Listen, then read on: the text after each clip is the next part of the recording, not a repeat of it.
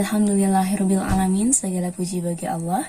Karena kalau bukan karena kasih sayangnya Allah, rasa cintanya Allah kepada kita, tidak akan mungkin kita akan bertemu pada hari ini walaupun lewat media maya.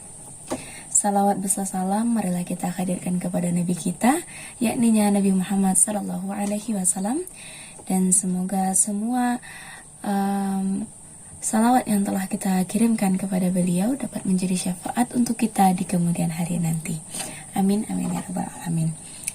Dan hari ini saya diberi kesempatan untuk mempresentasikan materi dalam mata kuliah keterampilan berbicara mengenai wawancara sebagai bentuk keterampilan berbicara. Nah, langsung saja kita lihat apa sih itu wawancara. Menurut KBBI, wawancara itu adalah suatu tanya jawab dengan seorang pejabat, menteri, lurah, tokoh masyarakat, dan sebagainya, yang diperlukan untuk dimintai pendapat dan keterangan mengenai suatu hal untuk ditayangkan pada kabar berita ataupun disiarkan di radio. Nah, sudah jelas sekali ya bahwasanya KBBI sudah merangkum semua pengertian di wawancara, di mana wawancara merupakan suatu tanya jawab.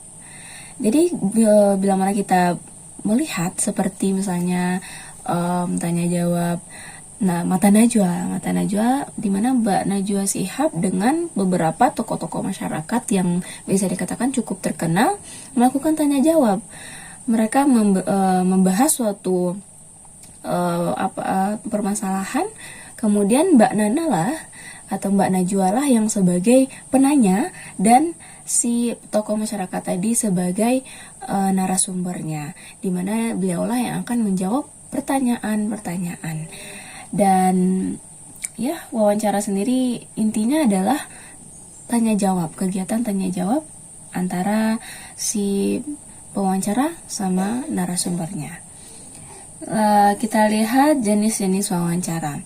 Yang pertama itu ada wawancara yang terstruktur, merupakan kegiatan wawancara yang berpedoman kepada pertanyaan-pertanyaan yang sudah dibuat serta distruktur sebelumnya. Jadi wawancara yang pertama ini merupakan wawancara yang bisa dikatakan menggunakan naskah atau menggunakan struktur. Seperti misalnya awalannya pembuka, setelah itu proses, nanti diproses seorang pewawancara diminta untuk bertanya, kemudian melakukan salaman atau mungkin memberikan ucapan selamat pagi, kemudian barulah masuk ke pertanyaan 1, pertanyaan 2, pertanyaan 3 dan sebagainya. Jadi sudah terstruktur semuanya. Jadi dan si pewawancara sendiri tidak memerlukan improvisasi atau sebagainya, dia hanya perlu mengikuti naskah atau prosedur yang sudah dibuatkan oleh si penulis. Dan yang kedua, yang tidak terstruktur. Jenis wawancara ini merupakan kegiatan wawancara yang tidak berpedoman ke sebuah pertanyaan yang terstruktur, biasanya berbentuk improv. Nah, ini dia kebalikan dari yang terstruktur.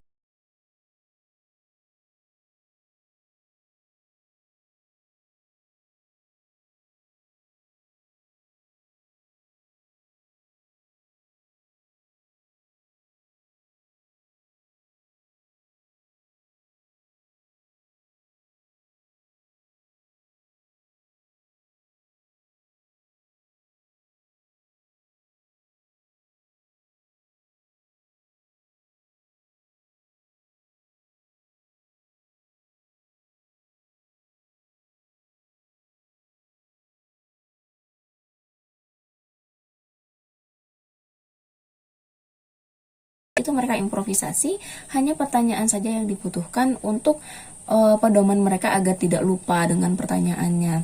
Dan biasanya ini sudah di planning juga atau diberitahu juga kepada narasumber bahwasanya kita punya daftar pertanyaan seperti ini dan mereka bisa mempersiapkan diri gitu. Dan yang keempat adalah bebas, tidak berpedoman kepada daftar pertanyaan. Nah, ini benar-benar bebas sama sekali, bebas semuanya, improve boleh kapan aja, boleh apa aja bentuknya, dan ya boleh pertanyaannya apa saja, bebas, tidak harus misalnya membahas tentang harus A terus, enggak, harus, bisa jadi B, bisa jadi C dan sebagainya. Dan yang kelima adalah individual atau mewawancarai satu orang saja. Jadi wawancara sendiri itu bisa dilakukan oleh banyak orang ya, seperti ya show-nya Mbak Najwa yang di Trans 7. Aduh, malah promosi. Yang Mbak Najwa. Nah, dalam show-nya Mbak Nana itu pewawancaranya adalah Mbak Najwa sendiri, dan banyak sekali banyak sebenarnya itu bisa berjumlah sampai 5 orang, 6 orang, 7 orang, dan itu yang ibaratnya ya semampu si pewawancaranya gimana. Dan yang keenam, kelompok mewawancarai kelompok. Nah, ini biasanya wawancara itu dilakukan oleh pewawancara satu dan narasumber satu. Tapi kalau ini kelompok bisa mewawancarai kelompok lainnya gitu. Dan mungkin pertanyaannya ada bergantian, yang satu orang pertama, orang kedua, orang ketiga, dan sebagainya. Yang berikutnya adalah konferensi, di mana beberapa wawancara berkumpul dengan beberapa orang narasumber, saling mengeluarkan pertanyaan dan tanya jawab. Jadi kalau misalnya kita bayangkan ya, bentuknya itu ada 3 orang narasumber, misalnya ada 3 orang narasumber yang duduk di depan, kemudian pewawancara itu banyak sekali, atau mungkin kayak kritikus atau apapun, mereka ada di depan narasumber itu, mereka terdapat ya banyak sekali lah, ibaratnya konferensi, dan setiap pewawancara itu boleh menanyakan beberapa pertanyaan kepada narasumber, tidak harus si A terus, si B terus, boleh siapa aja gitu. Jadi biasanya ini bentuknya lebih terbuka dan orang banyak bisa menyaksikan. Berikutnya ada yang terbuka, merupakan wawancara yang tidak memiliki batasan dalam pertanyaan dan jawaban juga tidak terkait.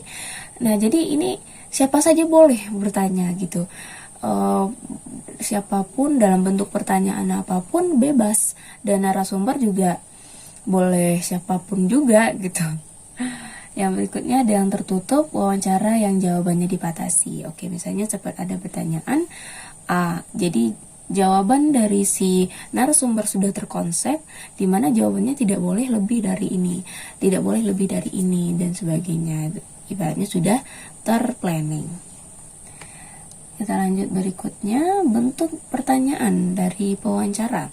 Sebenarnya bentuk pertanyaan ini lebih variasi, lebih kepada kita butuhnya apa, kita ingin menanyakan apa. Tapi kalau untuk gambaran umum saja, kita bisa menggunakan rumus 5W tambah 1H, di mana ada what, when, what, where, how, when, dan sebagainya.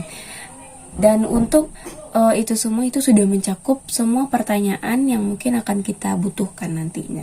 Seperti apa yang menyebabkan hal ini terjadi, di manakah tempat ini terjadi, kapan terjadinya, dan sebagainya. Biasanya itu sudah masuk ke komplit, pertanyaan komplit.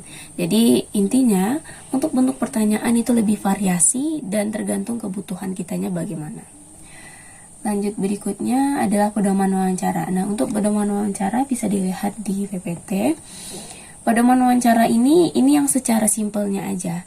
Bentuk simpelnya di mana ada tabel wawancara, dan juga di bawahnya ada penjelasan. Sebenarnya ini bersifat variatif lagi.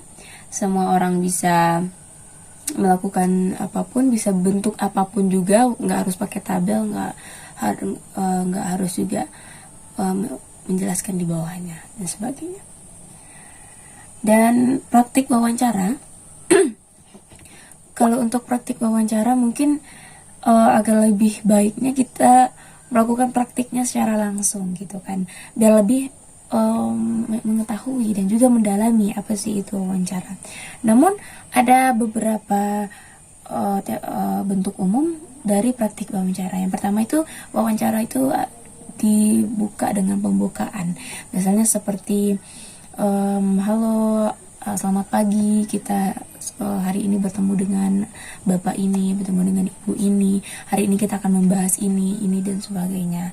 Kemudian ada proses ini berbentuk ya tanya jawab tadi, tanya jawab dari wawancara, bertanya kepada narasumber, baik itu intermezzonya, semua itu termasuk ke dalam proses.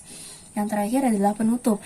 Penutup ini ya mungkin seperti telah berakhirnya acara kita dan sebagainya.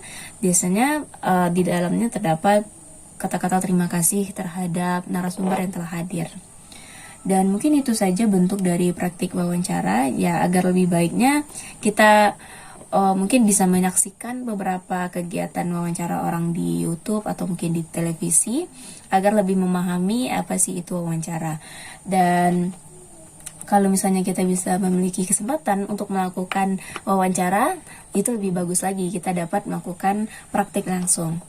Dan mungkin itu saja yang dapat saya sampaikan dalam presentasi hari ini. Mohon maaf jika ada kesalahan kata, karena kesalahan sepenuhnya milik saya dan kesempurnaan hanya milik Allah Subhanahu wa Ta'ala. Terima kasih. Assalamualaikum warahmatullahi wabarakatuh.